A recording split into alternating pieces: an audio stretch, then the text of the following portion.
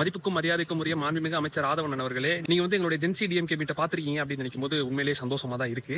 And அதே மாதிரி நீங்க போற போக்குல ஒரு விஷயத்தை அடிச்சு விட்டு போயிருக்கீங்க. என்னமோ நாங்க வந்து 1500 ரூபாய் கொடுத்து இந்த கூட்டத்தை கூட்டியிருக்கோம் அப்படின்ற மாதிரி. ஒரே ஒரு திருத்தம், 1500 ரூபாய் இல்ல 2000 ரூபாய் நாங்க கொடுக்கல. உங்களுடைய கட்சி வேட்பாளர் சேலத்துல ஓட்டுக்காக கொடுத்த காசு. கொஞ்சம் அதை பத்தி பேசுனீங்கனாலும் நல்லா இருக்கும். அண்ட் அதே மாதிரி அங்க வந்து அத்தனை பேருக்கும் தெரியும் அவங்க எதனால அந்த மீட்டிங்ல வந்து கலந்துக்கிட்டாங்க அப்படின்னு சொல்லிட்டு. அங்க வந்த கூட்டம் எல்லாமே தன்னெழுச்சியா கொள்கைக்காக கொடுத்த கூட்டம் அப்படின்னு சொல்லிட்டு எங்க வேணாலும் நாங்க வந்து ப்ரூஃப் பண்ண தயாரா இருக்கோம். நீங்க சொன்ன இந்த ஸ்டேட்மெண்ட்டை நாங்க காசு கொடுத்தோம்னு சொல்றீங்கல்ல, இதை நீங்க வந்து எங்கேயாவது ப்ரூஃப் பண்ண தயாரா? இளங்கோ சார் வந்து முதலமைச்சர் பேரை சொன்னோன்னே எல்லாரும் கத்துறாங்க, நம்ம ஆளுங்க தான் உள்ள இருக்காங்க அப்படின்னு சொல்றீங்கல்ல, இதுக்கு தான் சொல்றோம் அந்த வீடியோவை நீங்க முழுசா பாத்துருக்கணும். அதாவது நாங்க இடம் கேட்டது ஒரு மண்டபத்துல, அந்த மண்டபத்துல நடத்த விடாம நீங்க பல தடைகளை போட்டீங்க.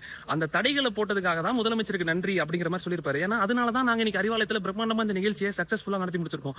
அதனால அடுத்து எங்களுடைய வீடியோ எல்லாம் பாக்குறீங்கன்னா இந்த கட் பண்ணி வச்சிருக்க கிளிப்பை பார்க்காம கொஞ்சம் முழு வீடியோவை பார்த்து அதுக்கப்புறம் நீங்க பேசுனீங்கன்னா உண்மையிலே நல்லா இருக்கும்.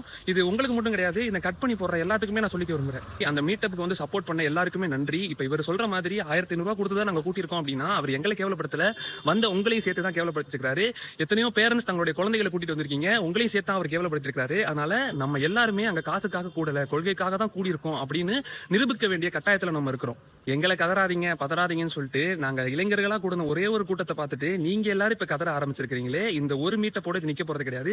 தன்னெழுச்சியா தமிழ்நாட்டுல இளைஞர்கள் தொடர்ந்து கொள்கைக்காக கூடிக்கிட்டே தான் இருப்போம். இன்னும் நல்லா கதருங்க.